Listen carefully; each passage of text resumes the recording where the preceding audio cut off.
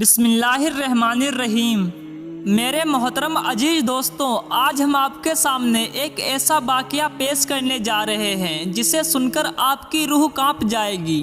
ناظرین کرام، جب سے ٹی وی دیکھنے کا رواج بڑھا ہے تب سے ٹی وی دیکھنے والوں کے مرنے کے بعد قبر میں عذاب ہونے کے بڑے ہی عبرتناک واقعات سامنے آ رہے ہیں، اور ان واقعات سے ہمیں سبق لینا چاہیے، کیونکہ اللہ رب العزت یہ واقعات ہمیں اس لیے دکھاتا ہے تاکہ ہم لوگ عبرت حاصل کریں۔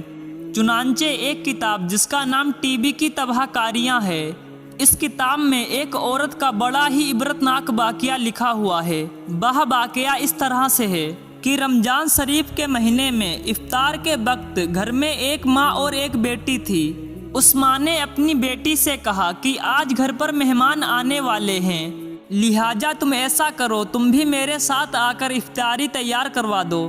یہ سن کر بیٹی نے صاف منع کر دیا اور کہا، امی جان، اس وقت ٹی وی پر ایک خاص پروگرام آ رہا ہے، میں اسے دیکھنا چاہتی ہوں۔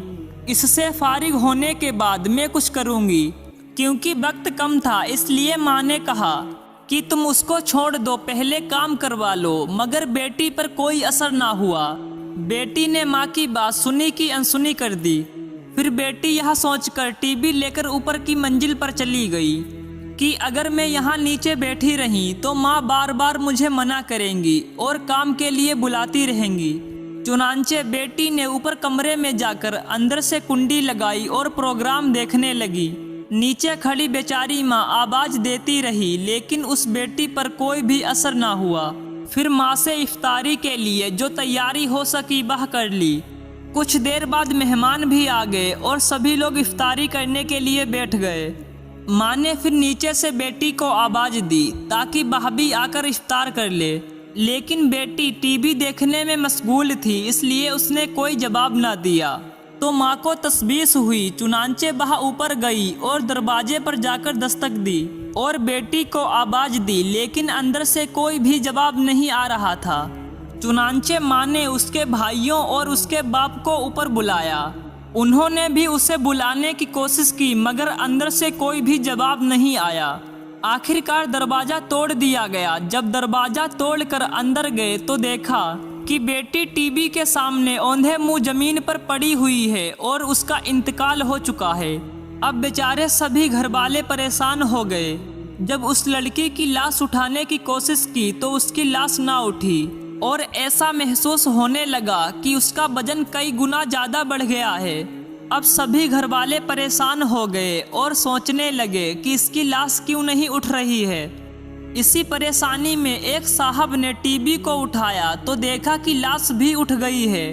اب حالات ایسے تھے کہ اگر ٹی وی اٹھائیں تو اس کی لاش ہلکی ہو جائے، اور اگر ٹی وی زمین پر رکھ دیں تو اس کی لاش بھاری ہو جائے۔ اس ٹی وی کو اٹھا کر لاش کو نیچے لایا گیا اور اسے غسل دیا گیا اور لاش کو کفن پہنایا گیا۔ جب لوگ اس کا جنازہ اٹھانے لگے تو پھر اس کی چارپائی ایسی ہو گئی کہ جیسے کسی نے اس کے اوپر پہاڑ رکھ دیا ہو۔ لیکن جب لوگوں نے ٹی وی کو اٹھایا تو آسانی سے چارپائی بھی اٹھ گئی۔ تمام گھر والے بیچارے شرمندگی اور مصیبت میں پڑ گئے۔ آخر کار جب ٹی وی جنازے کے آگے آگے چلا تب اس کا جنازہ گھر سے باہر نکلا۔ اب اسی حالات میں ٹی وی کے ساتھ اس کی نماز جنازہ پڑھی گئی۔ اس کے بعد ٹی وی کے ساتھ اس جنازے کو قبرستان لے جایا گیا۔ پھر قبرستان میں لے جانے کے بعد جب میت کو قبر میں اتارا گیا، اس کے بعد اس میت کو قبر میں صحیح سے دفن کیا گیا۔ جب تمام حضرات قبر کو بند کر کے واپس جانے لگے تو لوگوں نے کہا کہ اب اس ٹی وی کو واپس لے چلو۔ لوگ جیسے ہی ٹی وی کو لے جانے لگے تو اس لڑکی کی لاش قبر سے باہر نکل آئی۔ کتنی عبرت کی بات ہے۔ پھر لوگوں نے جلدی سے ٹی وی کو وہیں پر رکھ دیا اور دوبارہ ٹی وی اٹھا کر چلے تو دوبارہ اس لڑکی کی لاش قبر سے باہر آ گئی۔ اب لوگوں نے کہنا شروع کر دیا کہ یہ لڑکی تو اب ٹی وی کے ساتھ ہی دفن ہوگی، اس کے علاوہ اب اور کوئی راستہ نظر نہیں آتا ہے۔